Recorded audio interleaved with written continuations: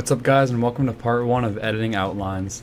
In this episode, the topic I'm going to cover is movement. Now this applies to every part of the edit, meaning clips, keyframes, one-framers, etc. To teach the general importance of movement, I'll show a raw scene with pretty mid movement and we'll fix it together while I explain the steps I take. So this is what the scenes look like right now.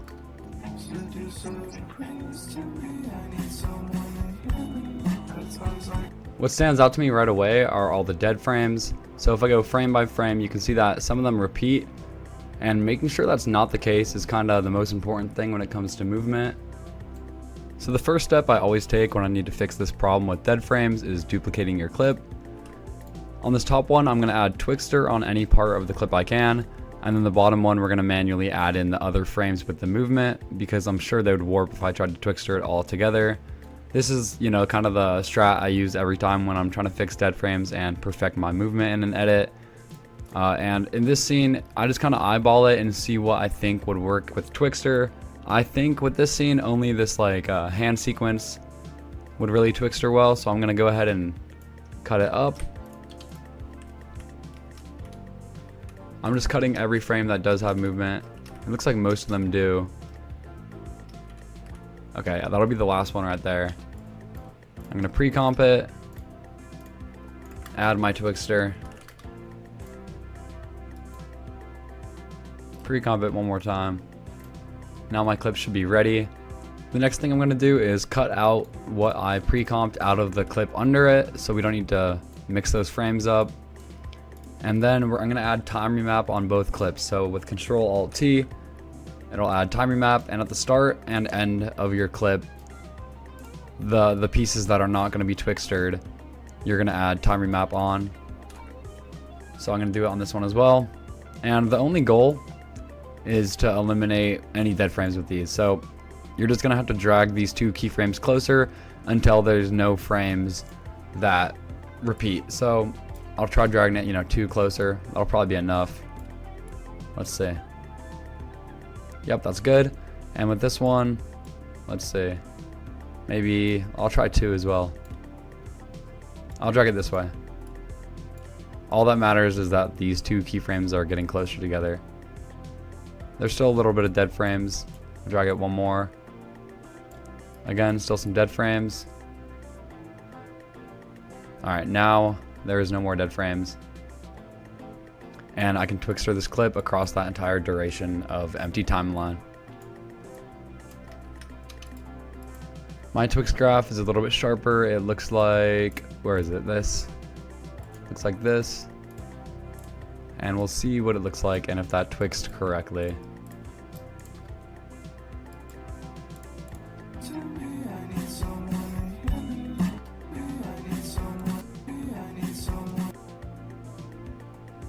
Oh, those two frames actually repeat, I noticed. So I'm going to just drag this a little closer.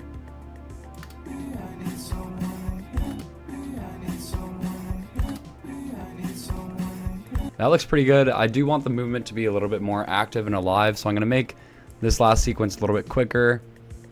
So I'm going to time remap to make it a little shorter and the movement to be quicker, and I'm going to extend the Twixtor to kind of add more impact to the scene. Copy the same graph onto it.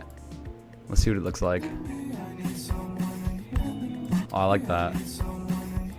Alright, so that's our first scene down. I'm going to copy those steps and try again on this next scene right here. So I'll duplicate my scene, cut off just the end where I don't think it'll Twixtor. Then I'll chop up this clip.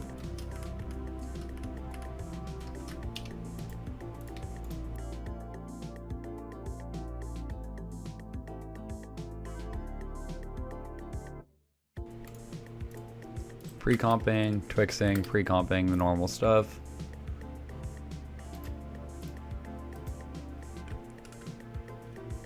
And then, let's see, this is just, it's just one frame. Maybe I'll make, is there another frame? Let's see. You always got to check to see if there's like another movement frame. I think that one will probably be the most impactful at the end. I'll just keep it to have the most impact. It might look a little too harsh. I might have to add that in between frame as well, but we'll see. Added my Twix graph. It warps a little, I'll fix that. Okay. It's not quite visible that the kick goes through, so I'm gonna add that other frame as well. Let's see how it looks.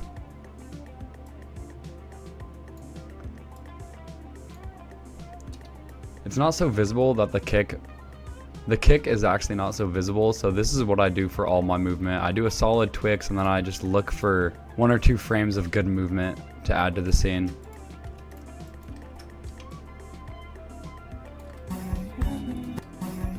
There we go, the kick is obvious now. That clip was a lot quicker to do because the Twix took up most of the scene.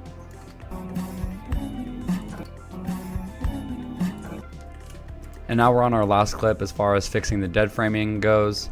This one looks like it'll be quite easy to Twix, which I'm happy about. Though I'm gonna add some important, in between frames.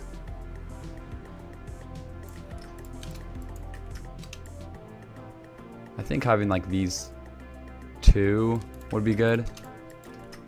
And then the rest can be just Twixtered out. See, I'll start the Twixter right here, because that's where the slight movements start, and that's the parts that are easiest to Twix. Let's see where I want it to go to. Right there seems good. And actually these impact frames were a little harsh, so I'm gonna add one more that's a little bit closer to how it ends up. So it's a little bit more clear what's going on. There we go. I'm gonna do my easy Twix steps. And you only want to cut the clip when your character is moving. Like if the background moves or something, that doesn't count. Still a dead frame in my book. Make sure the character has movement at all times. Or like the whole scene, like the whole scene has movement, or else it'll look pretty choppy. So this is where it started.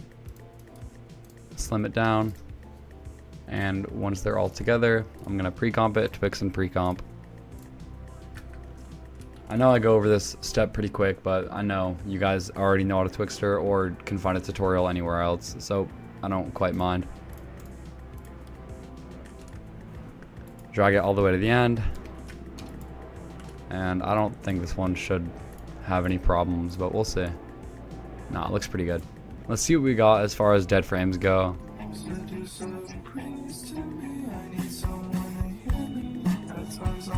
So yeah, this is already much better. It looks a lot more like an edit. And all the effects you put on top of this will look so much better and more, complete than if you had tons of dead frames everywhere and look really choppy. The other main tip I have when it comes to movement is involved with shakes. So I'm gonna add 2 shakes on each of my clips. I'm just gonna do it on this one to show you guys what I mean, and then you can apply it to all your transitions and your edits. But how I do my shakes for optimal movement is one that is very short and very aggressive, and then one that lasts the entire duration of the clip and is less strong, just to keep that constant movement. So on this first one, I'm gonna add a shake, and I'll speed up the intricacies of me making it, but the important notes are that it's gonna have a high frequency at like 6 to 7. It's gonna have a pretty high amplitude. Sometimes I go from like 5 to 20, anywhere up there. And I'm also gonna customize the shake values to make some of them more dramatic and some of them less strong.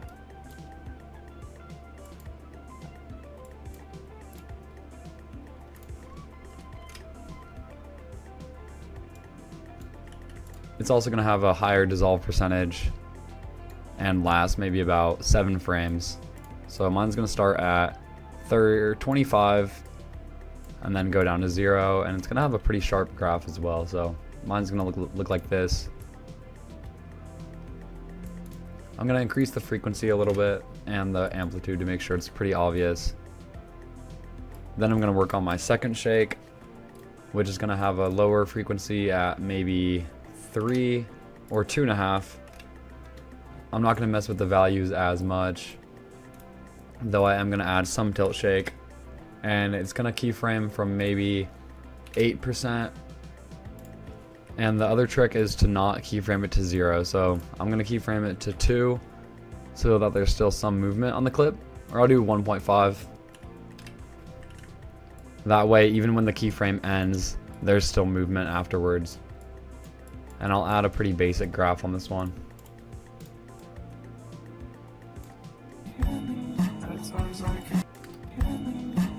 Adds a good amount to the clip, and that's 2 ways you can make your movement quite a lot better in any software. You know, assuming that there's some type of frame interpolation like Twixtor. If there's not, you're going to be stuck just with time remap, doing the best you can. And there's quite a lot you can do with time remap, so don't get too discouraged. But that was today's episode, and look forward to part 2 coming soon.